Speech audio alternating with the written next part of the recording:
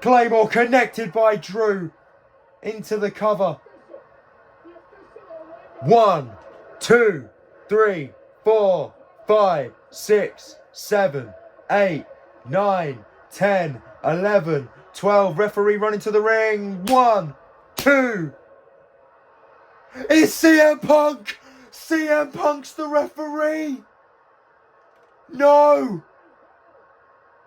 No. I love you, Punk, but not tonight. Tonight was the night. You don't screw him over. CM Punk is at Clash at the Castle and he screwed over Drew McIntyre. Punk being grabbed by Drew in the corner. CM Punk just hoofed him in the nuts. Low blow to Punk.